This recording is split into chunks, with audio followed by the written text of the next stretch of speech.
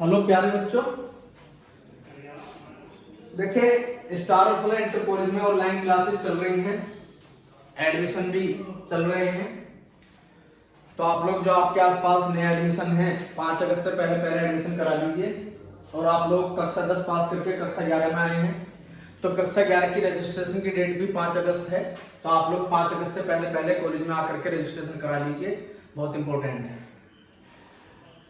Class 11th class की physics जो हम चैप्टर पढ़ रहे हैं मात्रक मापन और त्रुटि, इसके अब तक हम 4 पार्ट आप वीडियो में देख चुके हैं, 4 वीडियो आप देख चुके हैं, ऐसा कह सकते हैं। ये 5वीं क्लास है आज इसकी ऑनलाइन क्लास की, 5वीं चैप्टर 2 की 5वीं क्लास है, पार्ट 5 है। इससे पहले वाली जो क्लास चालू है बच्चों, उसमें हमने त्रुटि पढ़ रहे थे। त्रुटि मैंने आपसे पहले भी कहा है कि जब भी आप कोई क्लास अटेंड करें फिजिक्स की, मैथ की, केमिस्ट्री की, तो पेन और कॉपी लेकर के बैठें और ये सारी चीजें नोट करते रहें, वीडियो को पॉज करके नोट करते रहें, ये आपका नोट्स भी बन जाएगा। प्यारे बच्चों, इस क्लास में इससे पहले जो क्लास 4 हमने पढ़ी है उस क्लास में अगर आपको याद हो तो त्रुटि पढ़ रहे थे हम। त्रुटि ऐसा कहा गया था, किसी पाठ्यांक की अनिश्चितता को तकनीकी रूप से त्रुटि कहते हैं। अब यहाँ पर जो हम त्रुटि पढ़ रहे हैं, मैंने आपसे कहा था लास्ट क्लास जब वो खत्म हुई थी कि जहां पे त्रुटि खत्म हुई है वहीं से जो है हमारी ये शुरू होगी। वहां पर हमने क्रमागत त्रुटियां, यंत्रगत त्रुटियां और इसके बहुत सारे हमने सोर्स पढ़े थे। तो आज का टॉपिक हमारा है निरपेक्ष त्रुटि। हिंदी में कहते हैं निरपेक्ष त्रुटि, इंग्लिश में कहते हैं एब्सोल्यूट एरर्स। देखिए एब्सोल्यूट एरर्स क्या है बच्चों, अभी आपको बताया गया था कि हर वस्तु की एक वास्तविक माप होती है। फॉर एग्जाम्पल मेरे हाथ में ये वस्तु है मार्कर, तो इसकी भी एक वास्तविक माप है, इसकी लंबाई भी है और इसमें यहां से यहां तक कि जिसे आप आम भाषा में चौड़ाई कह रहे हो, इस चौड़ाई को मैथमेटिकली आप व्यास कहते हो, जो कक्षा 10 के मैथ में आप पढ़ के आए हो।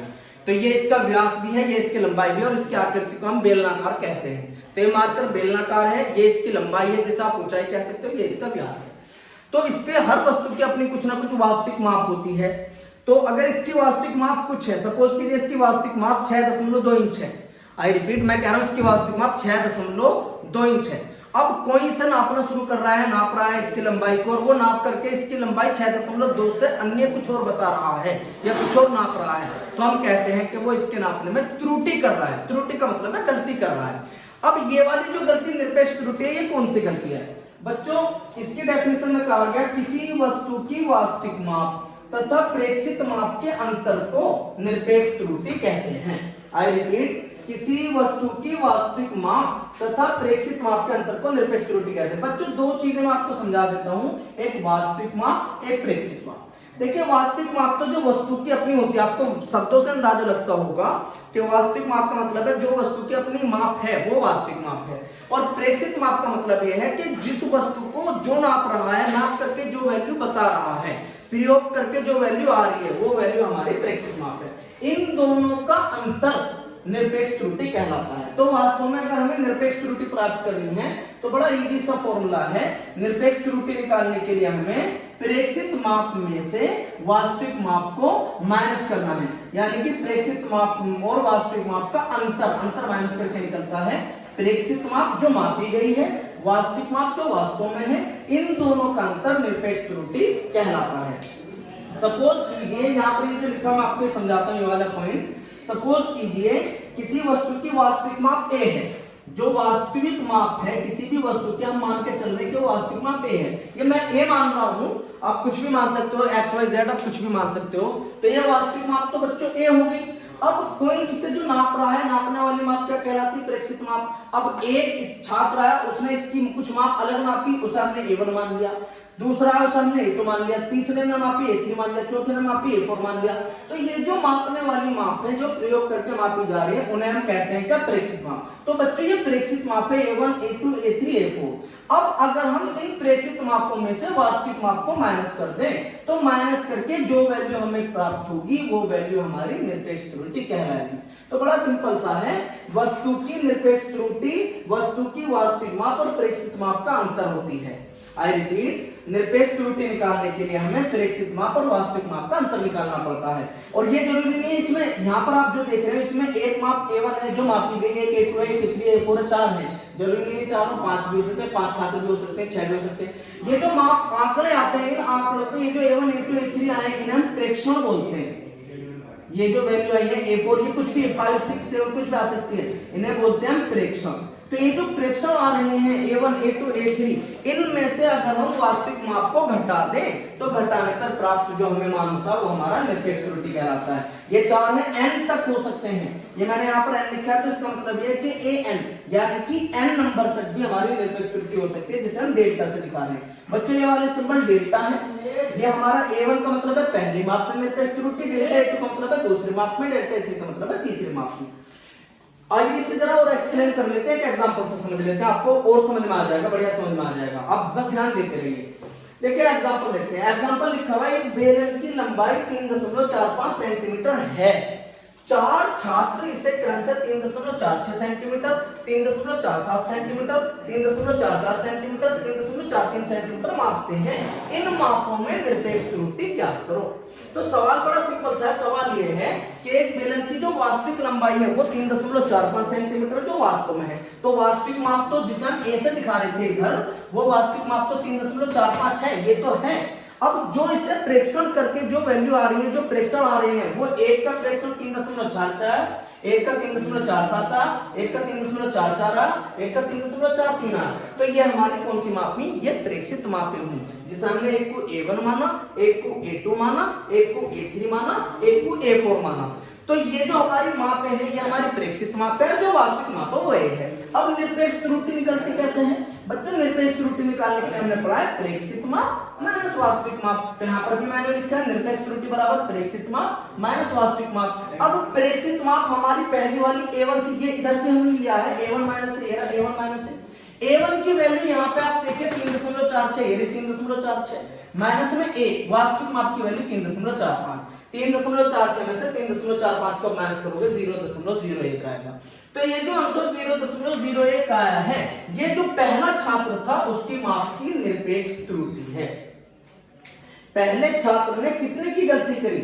0.01 सेंटीमीटर की गलती करी, ये गलती हमारी निरपेक्ष त्रुटि कहलाती है।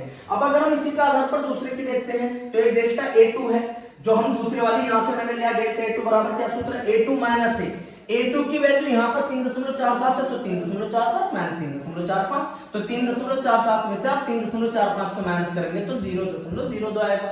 तो ये जो हमारे माइनस, आप देख लीजिए सारा, तीसरे में निकाला A3 माइनस है 3.44 माइनस 3.45, तीसरी वाली 3.44 है ना, तो 3.44 में से 3.45 माइनस करेंगे।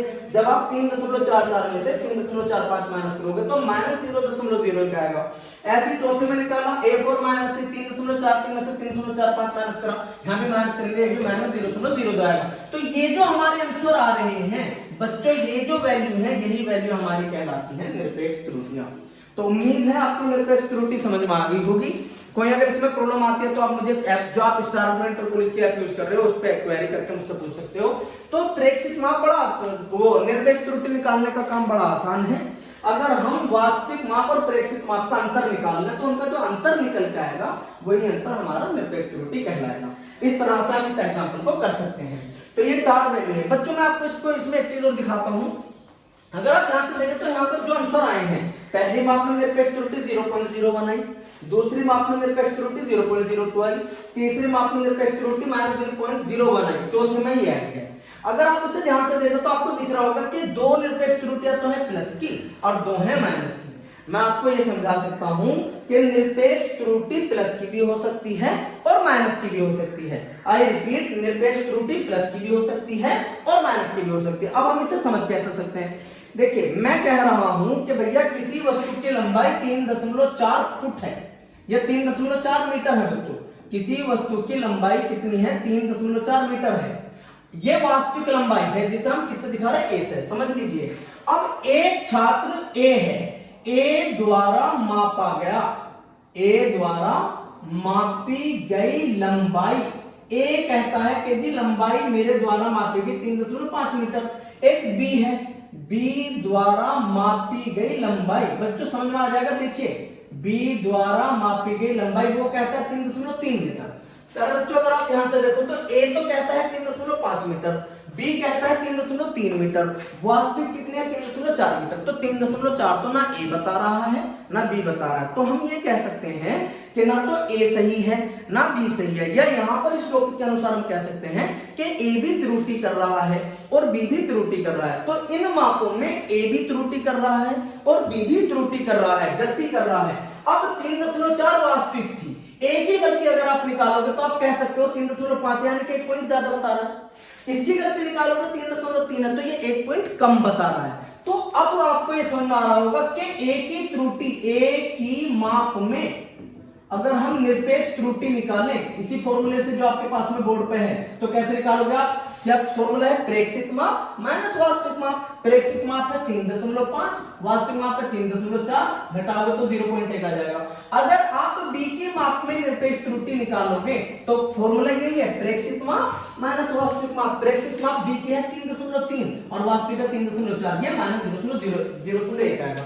अब आपको एक चीज समझ आ रही होगी कि दोनों की त्रुटि बराबर है, वैल्यू दोनों की बराबर है, ये भी 0.1 है ये भी 0.1 है, बस अंतर इतना है कि ये गलती ज्यादा कर रहा है, ये गलती फालतू बता रहा है, मतलब ये आप ऐसे कह सकते हो कि ये वृद्धि कर रहा है उसमें और ये कम बता रहा है। तो ये ऐसे कह सकते हैं कि ये इस लंबाई में कमी करके बता रहा है, ये जो बी है, और ये लंबाई में ज्यादा करके बता रहा है। गलती दोनों कर रहे हैं, एक लंबाई अधिक बता रहा है, एक लंबाई कम बता रहा है, गलती दोनों की है। तो ये जो गलती है हमारी, जिसे हम निरपेक्ष त्रुटि कहते हैं प्यारे बच्चों, ये प्लस की भी हो सकती है और ये माइनस की भी हो सकती है। तो वैल्यू है प्लस की भी हो सकती है और माइनस की भी हो सकती है। ये यहाँ पर आपका कंप्लीट हुआ निरपेक्ष त्रुटि।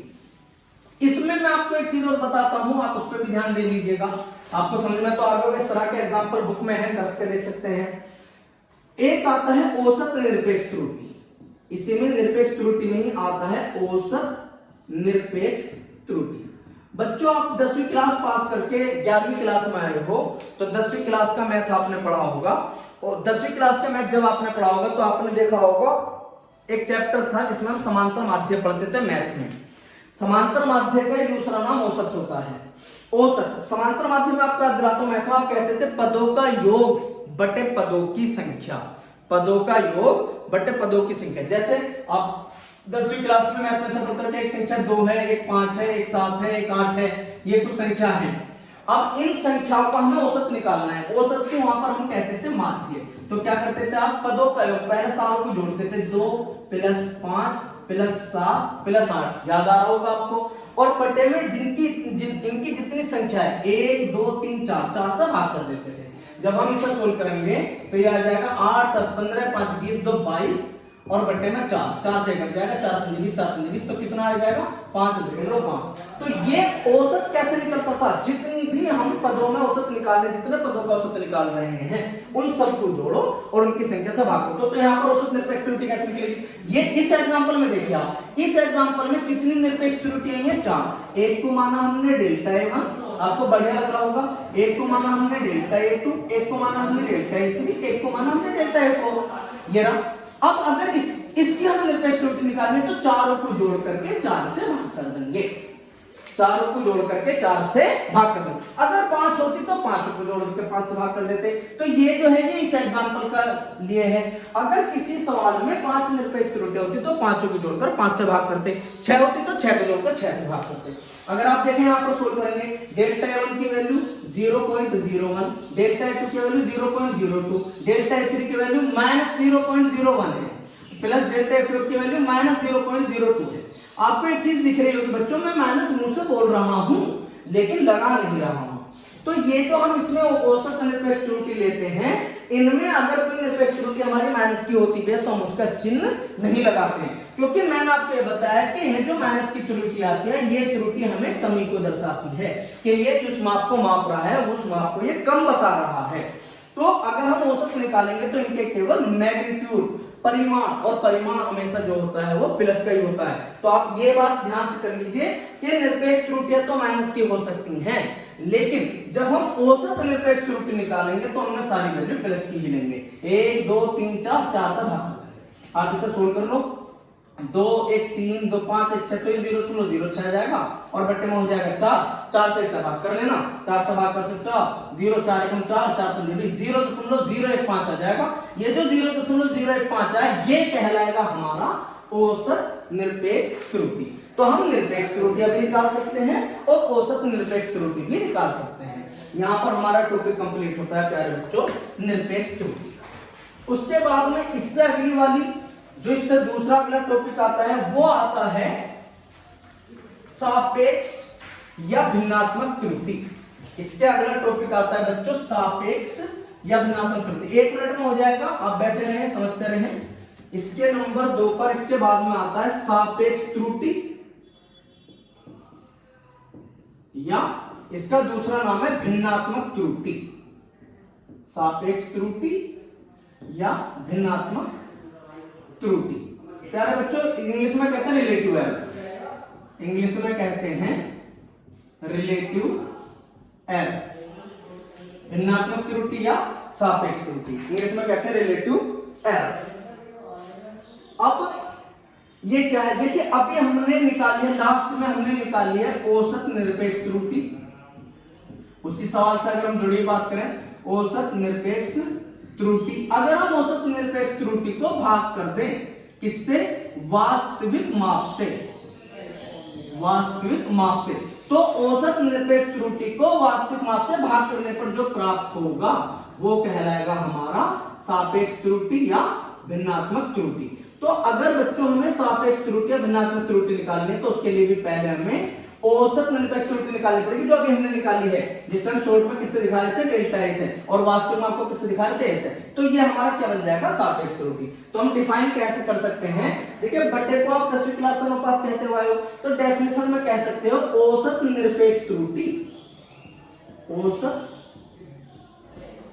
निरपेक्ष त्रुटि तथा बटे में जो है वास्तविक माप है, तो वास्तविक माप के, और बटे को कहते हैं अनुपात, औसत निरपेक्ष त्रुटि तथा वास्तविक माप के अनुपात को सापेक्ष त्रुटि कहते हैं, सापेक्ष त्रुटि कहते हैं। तो अगर हमें सापेक्ष त्रुटि निकालनी है तो जो भी हमारी औसत निरपेक्ष त्रुटि अभी हमने निकाली थी, अभी आप देखें वीडियो को रिपीट करके, तो औसत निरपेक्ष त्रुटि जिस एग्जांपल हम कर रहे थे वह थी हमारी 0.015। अगर हम इसे 0.015 को वास्तविक माप, जो एग्जांपल अभी आपने देखा था उसमें वास्तविक माप थी 3.45, तो अगर हम 0.015 को 3.45 से भाग कर दें तो भाग करने पर जो हमें प्राप्त होगा वो कहलाएगी हमारी सापेक्ष त्रुटि।